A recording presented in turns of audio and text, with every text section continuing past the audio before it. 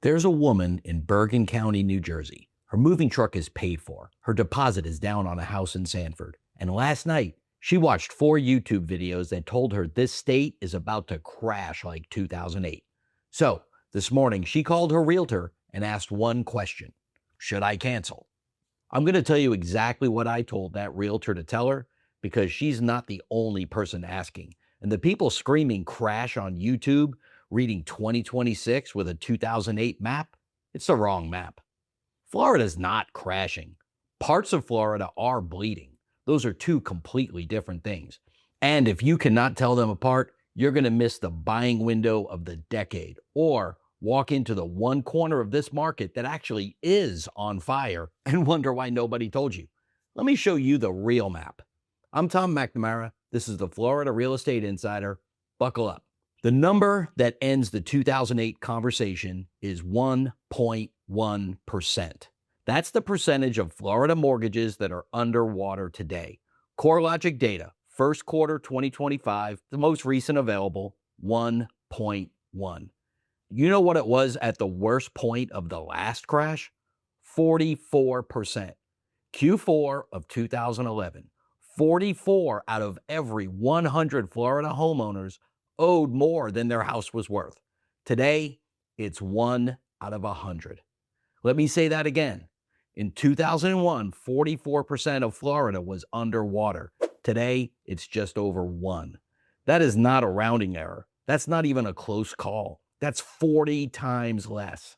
And it matters because of how 2008 actually worked. People did not lose their house because prices fell. People lost their house because they owed more than the house was worth, and the bank had no reason to let them stay. Negative equity is the engine of a real crash. Without it, you do not get that cascade. You get volatility. You get pain in specific pockets, but you don't get 2008. Hold on to that number in your head, 1.1%, because I'm about to show you who is bleeding, where they are bleeding, and how bad it is. Some of you are going to see yourselves in this, and I'm not going to pretend the pain isn't real. It is real. It's just not what is being sold to you on the internet. Coming up, the one part of this market that genuinely is in crisis. The buildings where unit owners are getting hit with $100,000 bills that they didn't see coming, and the move the governor made last month that nobody outside of the industry is talking about. Stick with me. If you own a condo in Florida, especially on the coast, especially in a building 30 years old or older, listen up. You are in the part of the market that is bleeding. I'm not going to soft sell this. I'm not going to tell you it's a buying opportunity. I'm not going to wrap it in optimism. The condo market in 2026 is the worst it's been in this state in 15 years. And it has nothing to do with what's happening nationally. It has to do with one building in Surfside. June 24th, 2001, Champlain Towers South. 98 people died because for decades, condo boards in this state had a legal cheat code. They could vote to waive their reserve funding, keep the monthly fees low, defer the repairs, push the problem to the next board, then the next board after that, until the building fell down. So the legislature did something almost unheard of in this state. They closed the cheat code. Senate Bill 4D in May 2022. Senate Bill 154 in 2023 cleaned up the language. House Bill 1021 in 2024 expanded it. House Bill 913 in 2025 gave the associations just a little more time to comply, but it didn't let them off the hook. Here is what those 4 bills did in plain English.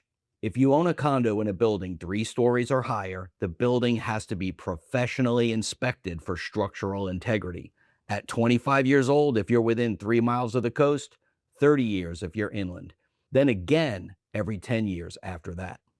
Now, the part that's breaking people, your association has to commission a structural integrity reserve study.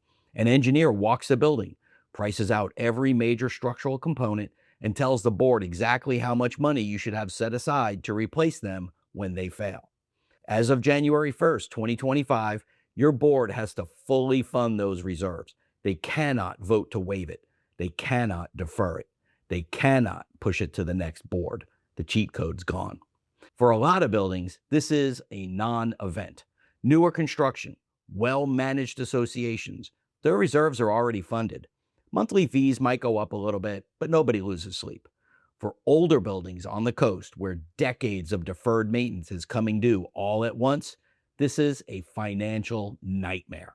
Let me name two of them so you understand the scale.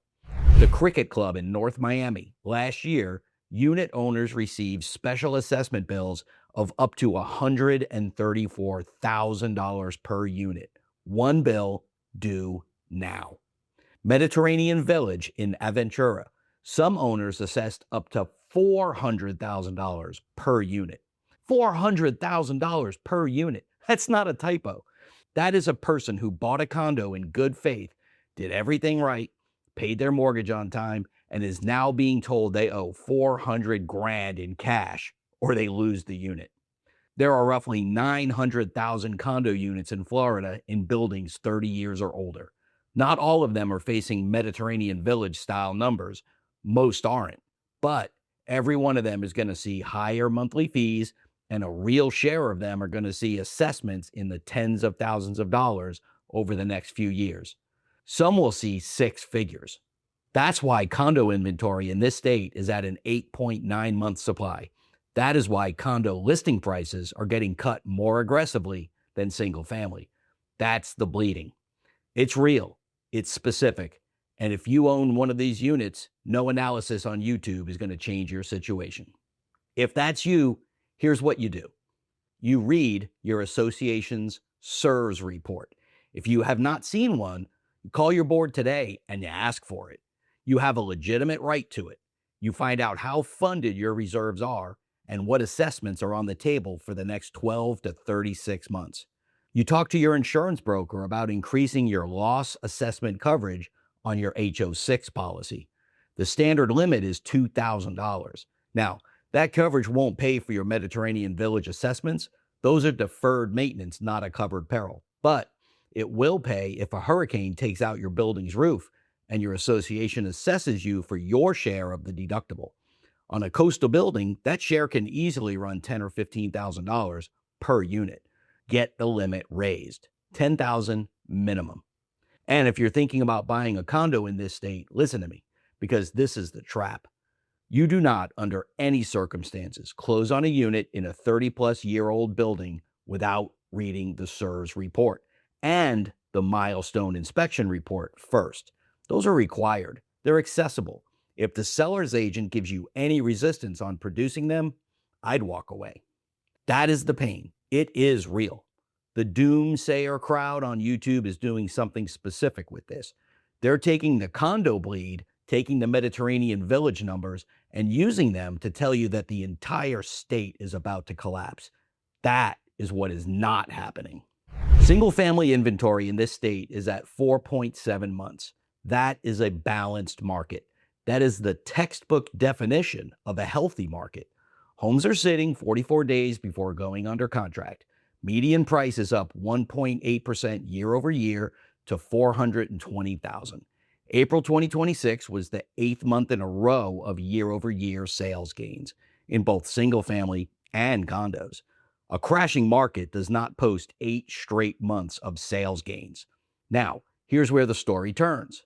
On January 12th of this year in Davie, Governor DeSantis stood next to the state's chief financial officer and the insurance commissioner, and he announced something that has not happened since 2015. Insurance rates are coming down. Citizens Property Insurance, the state-backed insurer of last resort, the place where every Florida homeowner ends up when no private carrier will write them, they're cutting rates by an average of 8.7% statewide. Over 330,000 policyholders across all 67 counties are getting decreases. Over 150,000 of them are getting cuts of 10% or more.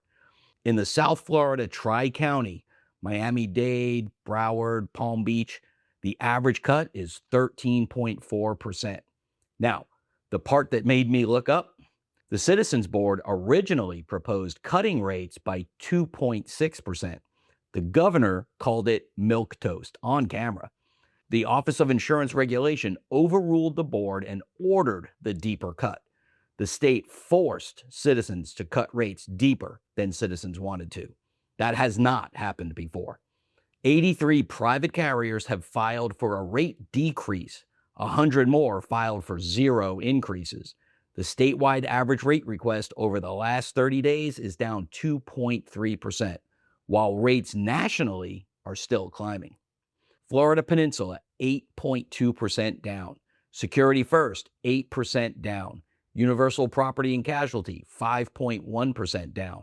Patriot Select, 11.3% down.